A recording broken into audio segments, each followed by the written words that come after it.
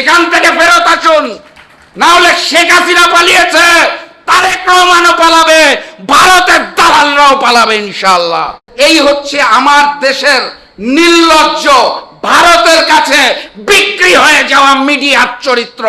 আওয়ামী লীগের জায়গায় বিএনপি বসেছে, ভারতীয় আধিপত্যবাদ ঠিকই আছে। অতএব সামনের যুদ্ধটা হবে বিএনপি নব্য জালেম, নব্য স্বৈরাচার এই বিএনপি এবং ভারতীয় আধিপত্যবাদের বিরুদ্ধে। আমি শুধু মেসেজ যেটা দিতে চাই সেটা হচ্ছে, আগের যুদ্ধটা ছিল আওয়ামী লীগ এবং ভারতীয় আধিপত্যবাদের বিরুদ্ধে। আওয়ামী লীগের জায়গায় বিএনপি বসেছে, ভারতীয় আধিপত্যবাদ ঠিকই আছে। অতএব সামনের যুদ্ধটা হবে বিএনপি নব্য জালেম, নব্য স্বৈরাচার এই বিএনপি এবং ভারতীয় আধিপত্যবাদের বিরুদ্ধে। এবং সেই যুদ্ধে শুধু রাজনৈতিক দলের নেতাকর্মীরা নামলে হবে না, প্রত্যেকটা পেশাজীবী মানুষের নামতে হবে, প্রত্যেকটা শ্রেণীর মানুষকে নামতে হবে, আরেকটা নতুন জুলাইকে সৃষ্টি করতে হবে। আমি একটা ছোট্ট উদাহরণ দিয়ে বক্তব্য শেষ করে দিব। বাংলাদেশের মিডিয়া জগৎ এখনো কিভাবে ভারত নিয়ন্ত্রণ করে, আমি শুধু দুইটা পত্রিকার দুইটা হেডলাইন বলে শেষ করে দিব বক্তব্য। নাম বলছি না, একটা বড় পত্রিকা গত কয়েকদিন ধরে নিউজ করছে ভারতীয় আইপিএল ক্রিকেট খেলা বাংলাদেশে দেখানো হচ্ছে না বলে বাংলাদেশের দর্শকরা নাকি হাহাকার করছে, কান্নাকাটি করছে। এটা নিয়ে সিরিজ রিপোর্ট চলছে, কি চমৎকার। আর আরেক জায়গায় দেখলাম একটা প্রতিবেদন দেওয়া হয়েছে, একটা ভিডিও বানানো হয়েছে তাদের মাল্টিমিডিয়ার জন্য, ওইটার হেডলাইনটা বলে বক্তব্য শেষ। ভালো মতো শুনবেন, অত্যন্ত গুরুত্ব দিয়ে নিউজ করা হয়েছে। নিউজটা হচ্ছে, ইরান যুদ্ধে ভয়াবহ হুমকির মুখে ভারতের কন্ডম শিল্প। এটা নিয়ে নিউজও হয়েছে, 5 মিনিটের ভিডিও হয়েছে। এই হচ্ছে আমার দেশের নির্লজ্জ, ভারতের কাছে বিক্রি হয়ে যাওয়া মিডিয়ার চরিত্র। এখান থেকে ফেরত আসুন, না হলে শেখ হাসিনা পালিয়েছে, তারেক রহমানও পালাবে, ভারতের দালালরাও পালাবে ইনশাআল্লাহ। সময় দেখেছি যে সবসময় স্বাস্থ্য এবং স্বাস্থ্যের বাজেটটা কখনোই সরকারের বাজেট এবং আলোচনায় খুব বেশি গুরুত্ব পায় না। একটা দেশের আসলে উন্নয়ন কি, উন্নয়নের কেন্দ্রে থাকতে হবে মানব সম্পদ। আর আমরা যদি মানব সম্পদকে উন্নতির দিকে নিয়ে যেতে চাই, একটা দেশের উন্নয়ন চাই, উৎপাদনশীলতা চাই, অর্থনীতির গতি প্রকৃতি বদলাতে চাই, তাহলে কিন্তু অবশ্যই মানব সম্পদে বিনিয়োগ করতে হবে এবং এক্ষেত্রে স্বাস্থ্যে বিনিয়োগের কোনো বিকল্প নেই। তা আমরা দুঃখজনকভাবে দেখি যে আমাদের দেশে স্বাস্থ্যের যে বাজেট বরাদ্দ হয় সেটা সবসময় অপ্রতুল। আমরা আগেও শুনেছি যে গত বছরগুলোতে যদি আমরা দেখি জিডিপির 0.7% মতো বাজেট স্বাস্থ্যে বরাদ্দ করা হয়, আর ন্যাশনাল বাজেটে 5% মতো স্বাস্থ্যে বরাদ্দ করা হয়। এবং বিগত 10-12 বছর ধরে এটা একই ধরনের একটা ট্রেন্ড আমরা দেখতে পাচ্ছি। তো এই অল্প বিনিয়োগ দিয়ে আসলে আমাদের স্বাস্থ্য ব্যবস্থাপনার উন্নয়ন সম্ভব নয়, মানব সম্পদের উন্নয়ন সম্ভব নয়, অর্থনীতির প্রবৃদ্ধি সম্ভব নয়। তাহলে আমরা আসলে কি ধরনের বাজেট চাই সেই প্রসঙ্গে যাওয়ার আগে একটু প্রেক্ষাপটটা বলতে চাচ্ছি। আমাদের মনে রাখতে হবে আমরা এমন একটা অবস্থায় আছি যেখানে আমাদের কিন্তু সংক্রামক এবং অসংক্রামক রোগ, দুই ধরনের রোগী বাড়ছে। একদিকে যেমন ডায়াবেটিস, হাইপারটেনশন, ক্যান্সারের মতো রোগ বাড়ছে, আরেকদিকে কিন্তু আমাদের যে সংক্রামক রোগগুলো আছে, যেমন কোভিড দেখতে পাচ্ছি আমরা, যক্ষ্মা, এগুলোও কিন্তু আমাদের দেশে আছে। তো এই ডাবল বার্ডেনটাকে কিন্তু আমাদের মোকাবেলা করতে হবে। আরেকটি বিষয়, আমরা এখন কিন্তু পপুলেশনের ক্ষেত্রে যদি পিরামিডটা দেখি, আমরা ডেমোগ্রাফিক ডিভিডেন্ডের কথা বলি, অর্থাৎ এখন আমাদের দেশে তরুণ জনগোষ্ঠী বেশি, কিন্তু কিছুদিন পরেই আমরা দেখব আমাদের দেশে যারা বয়স্ক ব্যক্তি আছেন তাদের পোর্শনটা কিন্তু বেশি হয়ে যাবে। তাহলে এইখানে কিন্তু স্বাস্থ্যের ব্যয় দিনে দিনে আরও বাড়বে এবং জনগণ কিন্তু এখন অনেক সচেতন, তারাও কিন্তু চায় ভালো চিকিৎসা পেতে এবং এটা আমি মনে করি তাদের একটি অধিকার। সুতরাং স্বাস্থ্যকে আমাদেরকে অধিকার হিসাবে প্রতিষ্ঠা করতে হবে এবং এই অধিকার যদি হয় তাহলে সেখানে আমাদের অবশ্যই যথাযথ বরাদ্দ পেতে হবে। তাহলে আমরা কি ধরনের বরাদ্দ চাই? অবশ্যই আমাদের যে প্রয়োজন আছে, চাহিদা আছে, সেই অনুযায়ী বরাদ্দ চাই। চাহিদাটা কিভাবে নিরূপণ করব? একটা এলাকায় সেখানে যেই পরিমাণ জনসংখ্যা আছে, সেখানে পুরুষ এবং মহিলার যে সংখ্যা আছে, সেখানে তাদের ডিজিজ প্রোফাইল যা আছে, এইগুলোকে বিবেচনা করে আসলে যে চাহিদা সে অনুযায়ী আমরা বরাদ্দ চাই।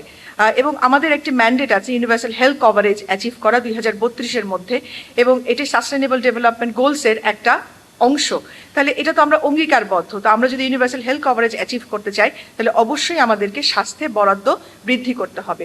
কিন্তু বরাদ্দ বৃদ্ধি করাটা কি সব? অবশ্যই না। কারণ আমাদের এই বরাদ্দ বৃদ্ধি করা এবং এটার যে ব্যবস্থাপনা এবং ব্যয়টা, সেখানে আমাদের কৌশলী হতে হবে। আমরা যদি শুধু বরাদ্দ করি এবং সঠিকভাবে সেটা ব্যয় না করি, তাহলে আলটিমেটলি কিন্তু যেটা হবে, জনগণের উপরেই সেই ব্যয়ের বোঝাটা বাড়বে। আমরা যেমন জানি, যেটি খুব বেশি আলোচিত হয়, যে আমাদের দেশে out of pocket health expenditure অনেক বেশি, অর্থাৎ জনগণ তার নিজের পকেট থেকে স্বাস্থ্যের জন্য ব্যয় করে।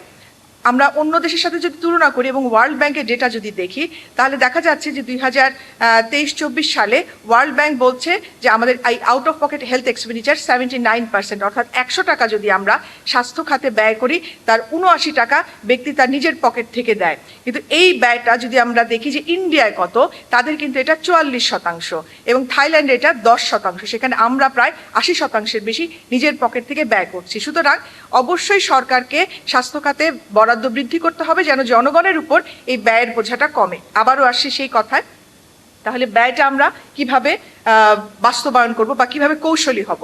এখানে কয়েকটি আমি পরামর্শ দিতে চাই আজকের এই ফোরামে, যে আমাদেরকে অবশ্যই প্রাথমিক স্বাস্থ্যসেবায় বিনিয়োগ করতে হবে এবং সেখানে প্রিভেন্টিভ প্রমোটিভ কেয়ারকে প্রাধান্য দিতে হবে। কারণ আমরা স্বাস্থ্যসেবাটাকে চিকিৎসা কেন্দ্রিক করলে হবে না। কোনো দেশ শুধুমাত্র অসুখ হলে চিকিৎসা করে সেই ব্যয় মেটাতে সক্ষম নয়। সুতরাং আমরা যদি প্রিভেন্টিভ প্রমোটিভ কেয়ারকে আসলে প্রাধান্য দিই, অর্থাৎ অসুস্থ হওয়ার আগে যদি এটাকে আমরা কন্ট্রোল করতে পারি, তাহলে অবশ্যই আমরা যেই বিনিয়োগ হচ্ছে সেটা দিয়েই আমরা স্বাস্থ্য ব্যবস্থাপনায় ভালো কাজ করতে পারবো। আমাদের প্রাথমিক স্বাস্থ্যসেবার সাথে আরেকটি বিষয় আছে, যে আমাদের রেফারেল সিস্টেমটা এটা খুবই দুর্বল, অর্থাৎ আমরা সরাসরি টারশারি হাসপাতালে চলে যেতে পারি। তো এখানে যেটার জন্য আসলে টারশারি হাসপাতালের উপর অনেক চাপ তৈরি হয়। কিন্তু আমরা যদি আমাদের যে অ্যালাইড হেলথ ওয়ার্কফোর্স আছে, অর্থাৎ শুধু ডাক্তার না, নার্স থেকে শুরু করে ফার্মাসিস্ট, প্যারামেডিক, তাদের সক্ষমতা বৃদ্ধি করতে পারি এবং যেগুলো তারা সেবা দিতে পারেন এবং একটা সঠিক রেফারেল সিস্টেম আমরা তৈরি করতে পারি, তাহলে কিন্তু আমাদের টারশারি কেয়ার থেকে যে চাপটা আছে এটা কিন্তু অনেকাংশে কমে যাবে। আমরা যে অর্থটা বরাদ্দ দিই সেটা যদি সঠিকভাবে আমরা ব্যবহার করতে চাই, তাহলে অবশ্যই আমাদেরকে এমার্জেন্সি কেয়ারও দেখতে হবে। আমাদের দেশে কিন্তু এমার্জেন্সি কেয়ারটা খুবই দুর্বল। একটা মানুষ হঠাৎ করে যখন অসুস্থ হয়, অথবা এই যে আমাদের হঠাৎ করে মিজলস আউটব্রেক হলো, এই ক্ষেত্রগুলোতে কিন্তু আমাদের এমার্জেন্সি প্রিপেয়ারনেস এটাতে যথেষ্ট দুর্বলতা আছে। আমি মনে করি এখানে অনেক বিনিয়োগ প্রয়োজন। অনেকগুলো বিষয় আছে যেগুলো খালি চোখে দেখা যায় না, যেমন মনে করেন অ্যান্টিবায়োটিক রেজিস্ট্যান্স। আমরা ওয়ান হেলথ অ্যাপ্রোচের কথা বলছি, কারণ স্বাস্থ্য মন্ত্রণালয়ের অনেক সেবা কিন্তু আসলে নির্ভর করে অন্যান্য মন্ত্রণালয় কেমন কাজ করছে। এখন সিটি কর্পোরেশন যদি ঠিকমতো মশা নিধনে তারা ব্যয় না করে, তাহলে কিন্তু আমার ডেঙ্গু হবে।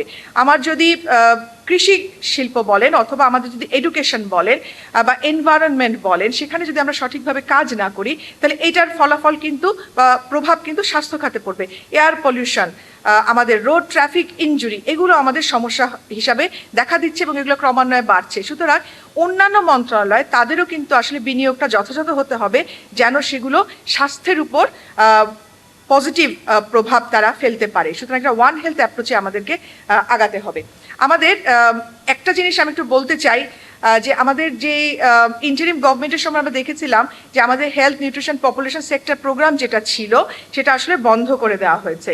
আমরা যদি দেখি 1998 সাল থেকে আমরা যখন স্বাস্থ্য খাতের সংস্কারের কিছু দেখছিলাম, যেটা আসলে তারও আগে 1995 সাল থেকে আসলে শুরু হয়েছিল এই সংস্কারের ভাবনাটা, 98 থেকে এসে এটা চালু হয়।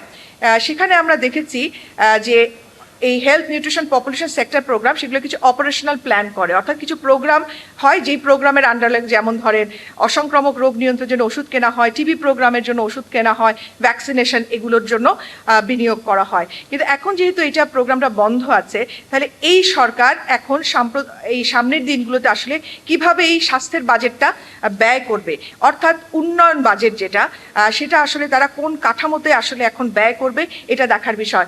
এবং মিজলস যে আউটব্রেকটা হয়েছে, এটা কিন্তু একটা সংকেত। আমাদের সামনে কিন্তু যক্ষ্মা বা ফ্যামিলি প্ল্যানিং প্রোগ্রাম, এই প্রোগ্রামগুলো কিন্তু বেশ ব্যাহত হয়েছে বিগত দিনগুলোতে। সুতরাং আমরা মনে করি যে এটা খুব কঠোরভাবে দেখা উচিত যে সামনের দিনগুলোতে আসলে এই ব্যয়টা কিভাবে করা হবে। আরেকটা বিষয় একটু উল্লেখ করতে চাই যে আমাদের যখন আমরা বাজেটের আলোচনা হয় আমরা তখন শুধু এই প্রথম যে আমাদের অরিজিনাল বাজেটটা এটার উপরেই দৃষ্টিটা রাখি, কিন্তু আমাদের যখন রিভাইজড বাজেটটা হয় তখন কিন্তু স্বাস্থ্যের বাজেটটা সব সময় কমে যায়। আমরা যদি 2024-25 অর্থ বছরের স্বাস্থ্য বাজেটটা দেখি তাহলে প্রথমে কিন্তু 5.2% বাজেট বরাদ্দ করা হয়েছিল স্বাস্থ্য খাতে, কিন্তু যখন রিভাইজ বাজেটটা হয় তখন কিন্তু সেটা কমে গেল 3.75%। আমরা আশা করি এবার সেটা হবে না। এবং এখানে আমি যেটা বলছিলাম, পরিচালন এবং উন্নয়ন এই দুটো বাজেট আছে আমাদের, অর্থাৎ ডেভেলপমেন্ট অ্যান্ড অপারেটিং বাজেট।